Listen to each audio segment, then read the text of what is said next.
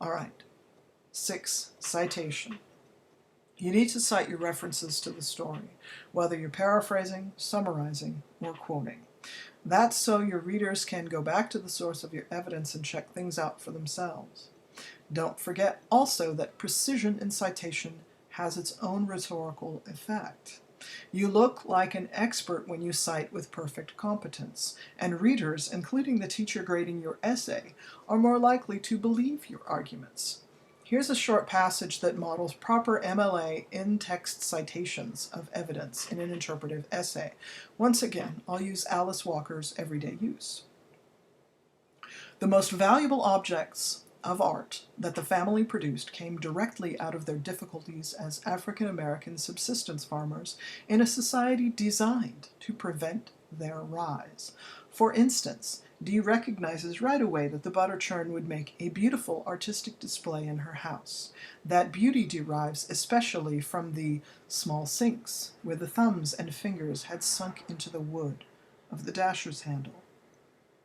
Open parenthesis, 487, close parenthesis, period. That is page number in the way that you cite page numbers in MLA style. Okay.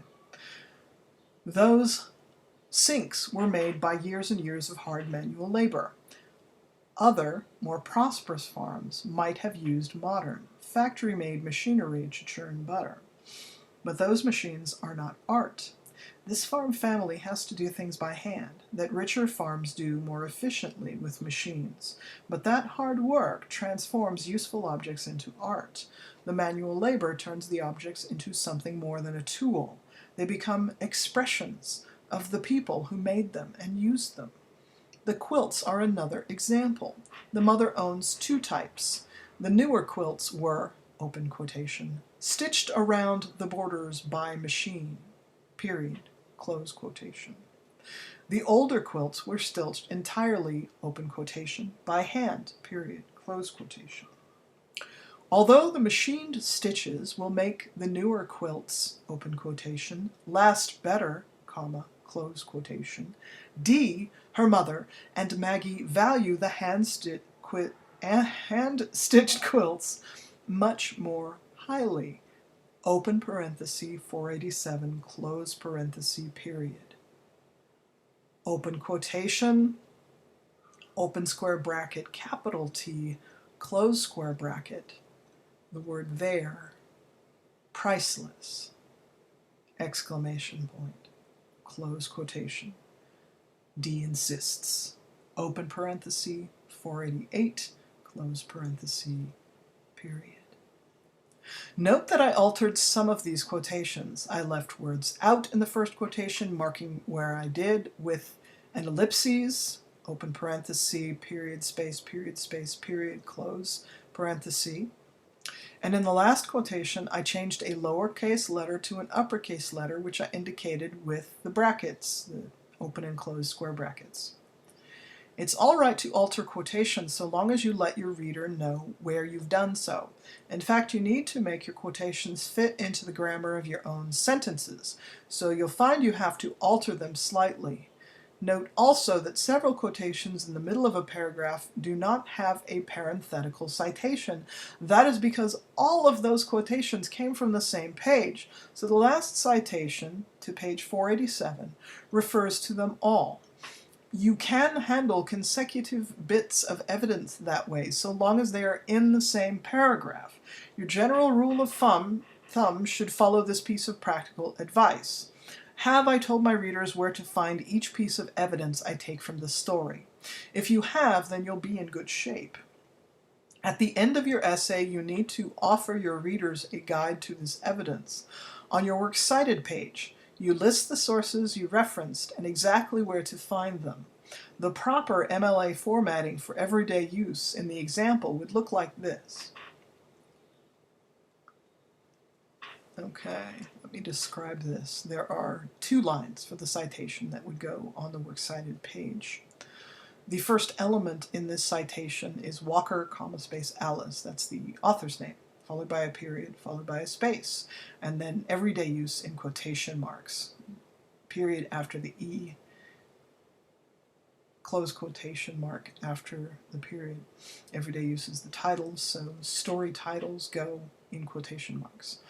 Space, and then The Siegel Book of Stories, comma, space, edited by Joseph Kelly, comma, space, 4th edition, comma, W.W. Norton, comma, 2018, comma, PP period, space, 480 through 89 period.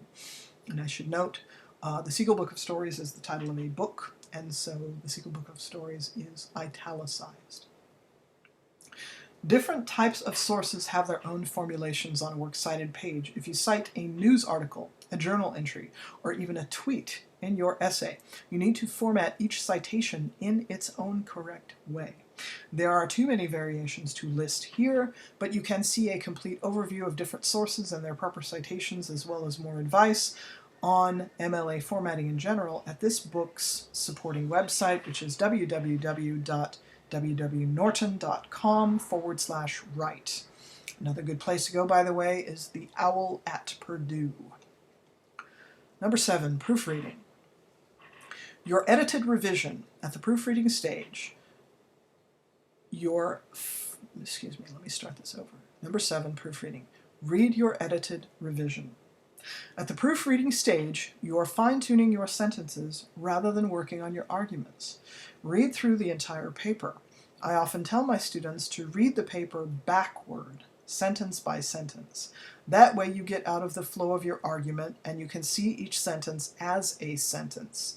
You're looking for sentences that sound confusing or even ungrammatical. You're looking for spelling and punctuation errors. Have you documented your quotations and paraphrases correctly? Mark anything that's suspicious. If it sounds slightly unclear to you, you can be sure the sentence is very unclear to your readers.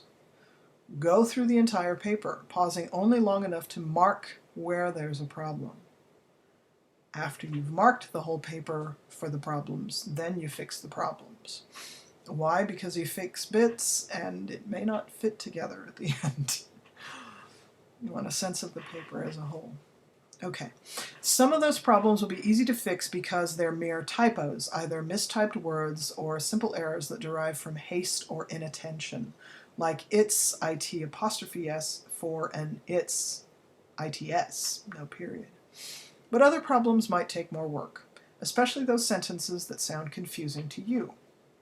If you've got a sentence that seems tangled, whose sense is not clear, and you're not quite sure why, try this easy trick of the trade.